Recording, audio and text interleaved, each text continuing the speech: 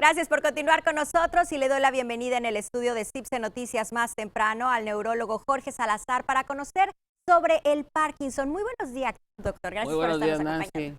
Gracias por la invitación a ti, a todo el equipo de CIPSE Noticias y al público allá en casa. Un placer recibirlo y poder platicar sobre esta enfermedad, doctor. ¿Qué es el Parkinson?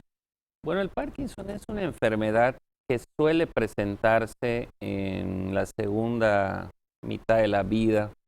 Se va a presentar generalmente en pacientes mayores de 50, 60 años, aunque están descritas algunas formas de inicio temprano, incluso antes de los 40 años. Vamos a decir que es la excepción, no es la regla, ¿no?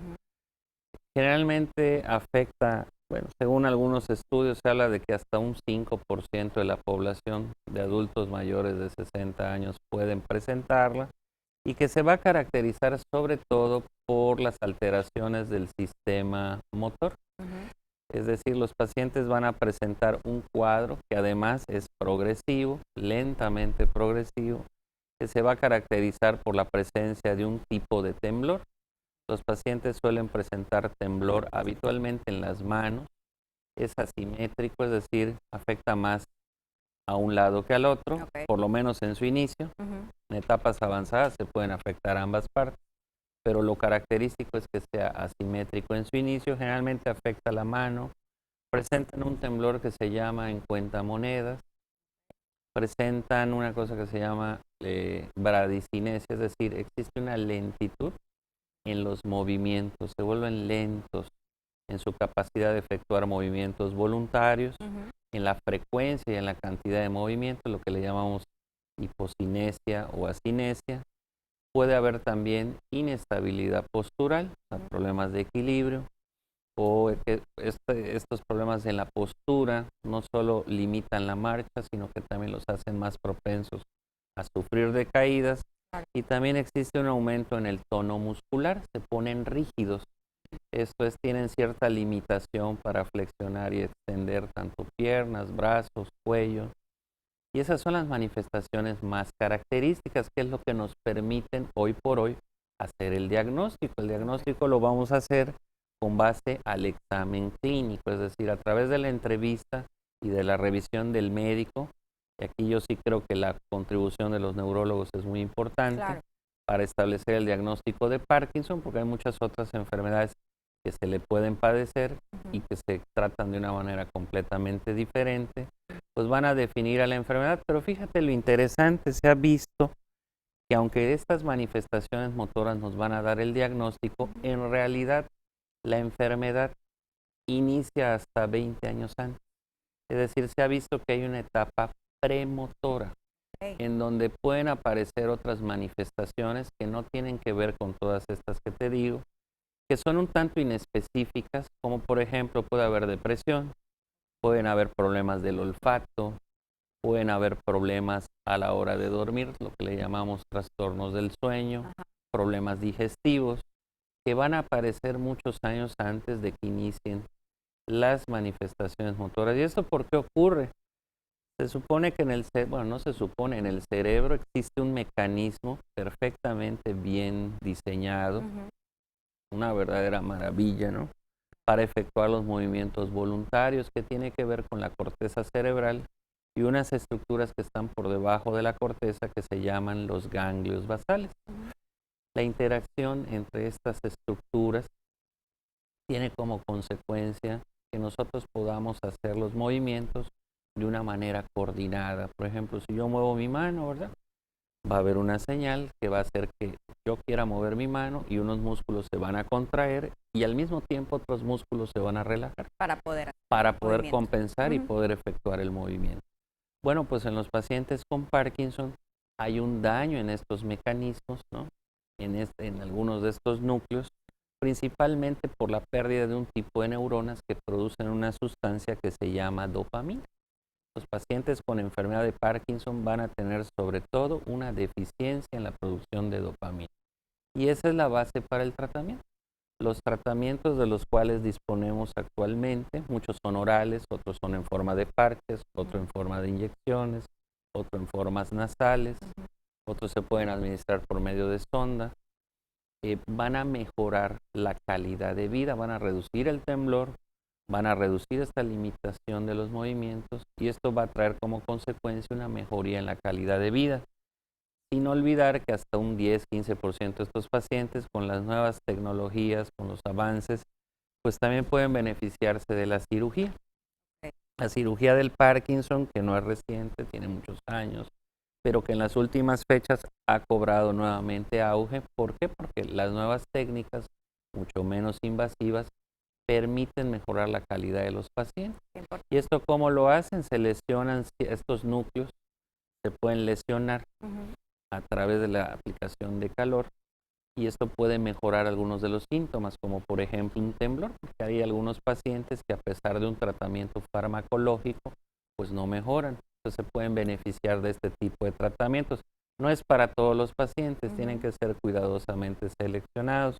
Y también existen la estimulación cerebral, es decir, la colocación de marcapasos cerebrales, ¿verdad? Que también se pueden aplicar y que se pueden ir regulando y eso puede mejorar la calidad de vida pues, de algunos de estos pacientes de manera muy significativa. ¿El estrés, doctor, es un factor para que empiece esta enfermedad? Sí, hay toda una serie de teorías. Realmente no se sabe por qué se presenta la enfermedad. Se ha visto que tiene que ver mucho con la edad, es decir, los procesos normales del envejecimiento se relacionan con una mayor presentación de los casos. Pero dentro de estas teorías también se establece que pueden haber factores ambientales y factores que tienen que ver con el individuo. Uno de ellos es la depresión. ¿No? Se cree que los pacientes que padecen de depresiones muy severas a largo plazo pueden desarrollar enfermedades degenerativas, Alzheimer, Parkinson. Ha sido una observación, ¿no? Y de hecho puede ser parte de esta etapa premotora, ¿no? Que preceda la aparición de los síntomas. Y otros tienen que ver con algunas infecciones y otros que yo creo que es un punto muy importante, lo comentábamos fuera de cámaras, tiene que ver con la contaminación, ¿no? Hay estudios muy interesantes que hablan que la contaminación ambiental puede jugar un papel importantísimo en la aparición de la enfermedad. De hecho, el doctor Parkinson, que es el que le da nombre a esta enfermedad, un médico que vivió durante la revolución industrial, ¿no? Toda esta etapa del desarrollo de la industria, ¿verdad? Claro. Y es el que hace la descripción de los primeros casos, por eso le llaman la enfermedad de Parkinson. Bueno, pues se ha visto que, por ejemplo, la exposición a herbicidas y a ciertos pesticidas, hay un mayor número de casos, ¿no? O, por ejemplo, hay algunos estudios que se hicieron en México, en las ciudades de Guadalajara y de la capital, en donde se ha visto que la contaminación ambiental a través del aire puede tener relación con la aparición o con cambios en el cerebro de las personas que fallecen. Entonces, pudiera haber una relación en un momento dado. ¿Verdad? El uso de pesticidas, de herbicidas, esto se ha visto en todo el mundo, el uso de pesticidas y herbicidas con un mayor número de casos. Entonces, parece ser que hay una asociación entre la aparición de esta enfermedad, ¿verdad? Y la contaminación ambiental, lo cual me parece un tema muy relevante, ¿no? Claro, Sobre todo si estamos hablando de que queremos prevenir la aparición de enfermedades, ¿no? Entonces, podemos decir que no es una enfermedad hereditaria. Bueno, hay un porcentaje de pacientes dentro de este esquema multifactorial. Pueden haber factores ambientales, pueden haber factores genéticos también. ¿Verdad? Hay un porcentaje de pacientes, hay unas formas de Parkinson que sí tienen que ver con una serie de cambios o mutaciones en los genes. Habitualmente estos casos se presentan en las formas tempranas de la enfermedad, es decir, antes de los 40 o 50 años. O sea, suele afectar a gente mucho más joven y suelen ser formas mucho más severas, ¿no?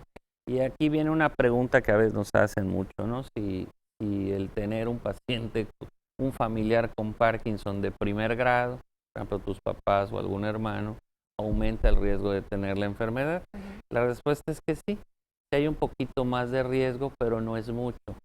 Tendrías que tener varios familiares como para decir, bueno, pues sí tienes una altísima probabilidad, ¿no? Claro. Y nos podemos apoyar en estudios genéticos, pero en términos generales hay un poquito más de riesgo, pero no es tanto como la gente piensa. No porque mi papá tenga, ¿verdad? Pues yo voy a tener Parkinson. Claro. Tiene mucho más que ver con el proceso del envejecimiento, ¿no? Platicábamos también que existe un grupo de apoyo, doctor. Sí, como no, desde hace muchísimos años, la señora Marlene Medina, que en paz descanse, que colaboró con nosotros en una guía que hicimos hace algunos años, junto con la señora Patricia Lavín, que tenía un familiar con Parkinson que también ya falleció, se dieron a la tarea junto con muchas otras personas que padecían o que siguen padeciendo la enfermedad de Parkinson, de hacer un grupo de apoyo. Un grupo donde se reúnen cada semana o cada 15 días para hablar de la enfermedad, para compartir sus experiencias, para llevar a cabo esta labor de acompañamiento.